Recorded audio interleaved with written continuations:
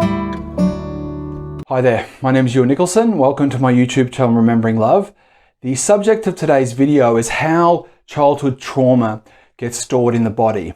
And what you saw in the title of the video is resting bitch face, try having resting fear face. So I'm going to explain that and unpack that a little bit and bring it back into, tie it around as it fits into childhood trauma and the body. Now, you may have seen on the internet the whole thing of resting bitch face. It's a phenomena known in various celebrities like Kanye West, Kirsten Stewart, the woman from Pitch Perfect, I forget her name, Anna something or other, Victoria Beckham. I had a maths teacher that I think had resting bitch face. And basically it's the idea that some people, even when they're looking relaxed or they're just in their default mode, they look kind of irritable or grumpy just without really doing anything, without being irritable or grumpy. So, you know, when you're in a queue and someone pushes in, that look you have on your face of sort of irritable indignation, imagine just having that all the time. That's what resting bitch face is. Now, I have a phenomena, according to my wife, which she calls resting worried face or resting fear face, where she will come into the kitchen and say to me, yeah, stop screwing your face up. And I'm like, what do you mean? I'm not screwing my face up. And she's like, yeah, you're squinting. You've got all this tension in your face. Just relax. And obviously in response to that, I say, I am relaxed. This is my face. This is what my relaxed face looks like. And so we have this kind of, you know, back and forth. Obviously her concern is I'm wrinkling myself unnecessarily. And, you know, this resting worried face is creating a lot of, you know, wrinkles to make me into sort of a giant sultana. So, you know, we have this kind of humorous back and forth that she calls my resting fear face. And what's interesting about it, you know, all jokes aside, is there is a truth in that. Now, whether I actually have something called resting fear face, I don't really know. I don't really care. By the way, I did look up on Google, is there a thing called resting fear face? According to Google, it's not written there. So if it does take off as a popular thing, you know, you can say it started here on this channel. I coined the term resting worried face or resting fear face. So if it does take off, please attribute it back to me. But there is a truth in what she's observing, which is the way my worry and fear shows up in my body that I'm not conscious of. And we see it in a lot of people, particularly older people, that if you've had a lifetime of anger and bitterness and aggression, you get to a certain age where it feels like it shows up in the face. If you've had a lifetime of sadness and tragedy and sorrow, that also shows up in the body. But the reality is, that phenomena of our psychological states revealing themselves in our body and our body revealing psychological states goes on from an early age. It's just, it maybe takes to our old age to become more obvious and apparent. But over the last 20 years, there's been a whole pivot in the treatment of depression and particularly childhood trauma, where it includes an understanding of the physiology that wasn't quite there before. So what they now understand is, and there's a book, this book here in particular has kind of been one of the pioneers of this understanding. And there's a lot of science behind it, where they now understand that if you've grown up in a household where you've been subject to violence, or you've been subject to witnessing violence, or you've had sexual abuse or emotional neglect or any major stressor, where your physiological response to that is fear or flight or fight, and that's repetitive, it's over years and years and years, that will fundamentally alter your biology. It will fundamentally alter your physiology, your brain chemistry, the way your brain forms, particularly in a child where all of this is kind of growing and being built and put together.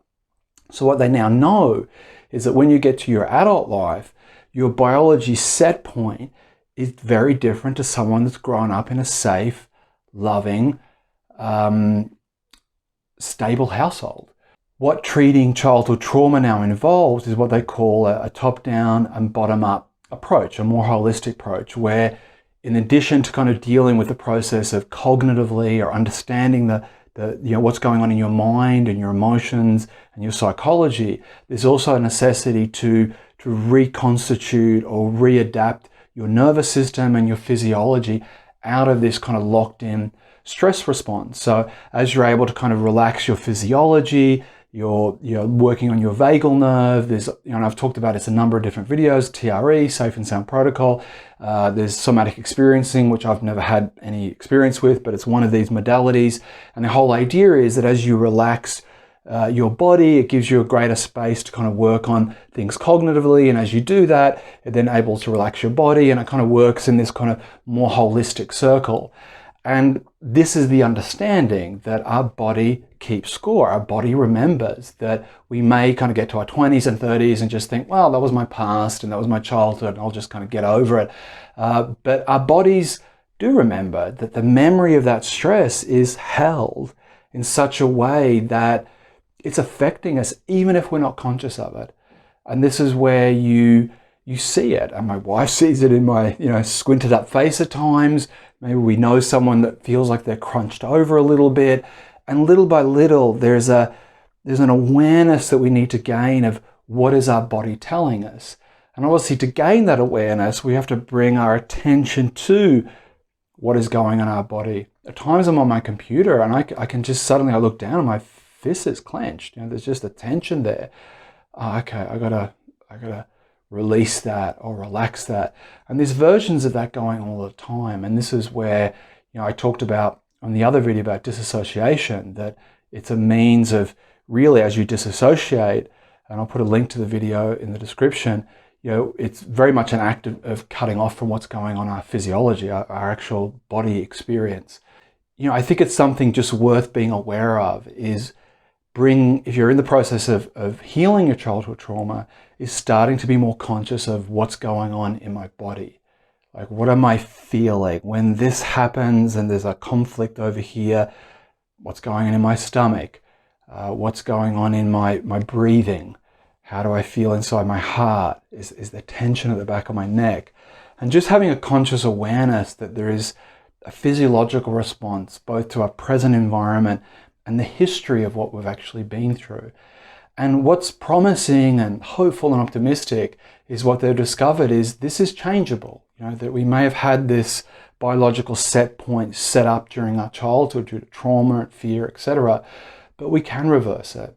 It is possible to readapt, readjust, and relax our physiological state down and create a better space for some of the other more deeper healing that maybe we need to go through.